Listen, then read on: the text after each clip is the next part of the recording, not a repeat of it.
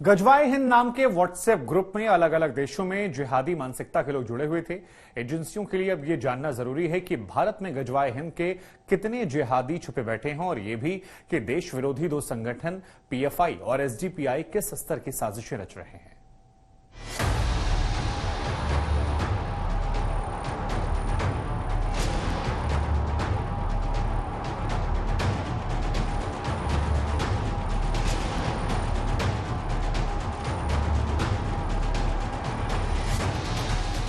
देश के खिलाफ साजिशों की एक के बाद एक परतें खुल रही हैं। गजवाए हिंद का प्रोफाइल जो तुमने बनाया वो कब बनाया और क्या है उसमें? कुछ वायलेंस के ऊपर वायलेंस मतलब फैला। पटना से 2 मामलों में पकड़े गए 6 संदिग्ध आतंकियों के तार पाकिस्तान से लेकर यमन तक से जुड़े थे। पाकिस्तान के नंबरों से व्हाट्सएप ग्रुप बनते हैं और उनसे पटना में बैठे लोग जुड़े होते हैं और इन सबके बीच जो ग्रुप बनता है उसका नाम रखा जाता है गजवाए हिंद। ये बता दो, गजवाए हिंद का जो तुमने प्रोफाइल्स बनाया वो कब बनाया और कितने लोग हैं उसमें? ताहिर बताओ, गजवाए हिंद का प्रोफाइल जो तुमने बनाया वो कब बनाया और क्या है उसमें? कुछ कहना चाहोगे आप? कुछ अपना कहना चाहोगे, पक्ष रखना चाहोगे? आप आईडी नीचे रखिए बस थोड़ा। कुछ कहना चाहोगे? कहा चाहोगे? कुछ वायलेंस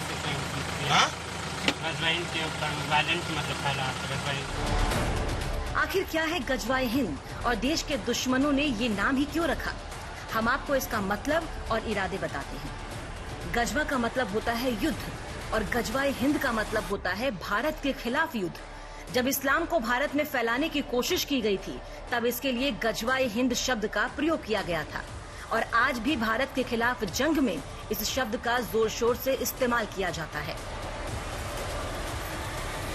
हाल की तमाम साजिशों में बार बार पीएफआई और एसडीपीआई का भी जिक्र आ रहा है।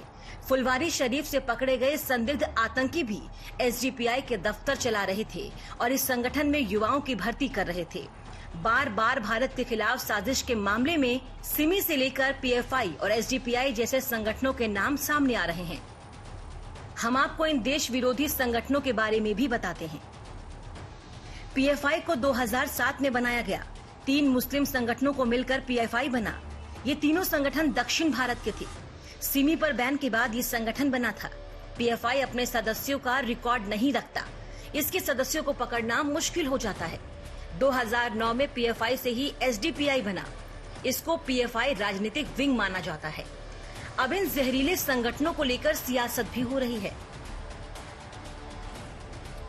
और सरकार को इसको हल्के में नहीं लेना चाहिए। इसकी पूरी जांच करानी चाहिए क्योंकि जिस तरह से पिछले 8 सालों में देश का सोशल फैब्रिक पे डेंट पड़ा है तो कौन कौन लोग हैं जो लोगों का ब्रेन वॉश कर रहे हैं। उनको बताना पड़ेगा कि लाल कॉरिडोर का सपना कौन देख रहा, चाइना के लिए भारत के अंदर गाने कौन गा रहा, कौन दंतावाड़ा में 250 सीआरपी के जवानों को लैंड माइंस लगाकर मारा जा रहा है, हमले किए जा रहे हैं, तिरंगे को जलाया जा रहा है। ऐसे लोग जिनके हाथ पांव दलदल में, देश विरोधी दलदल में, राष्ट्र को तोड़ने की दलदल में फंसे हैं। इतना तो साफ है कि इन देश विरोधी संगठनों के काले कारनामे अब ज्यादा तेजी से सामने आ रहे हैं। ब्यूरो रिपोर्ट, आज तक।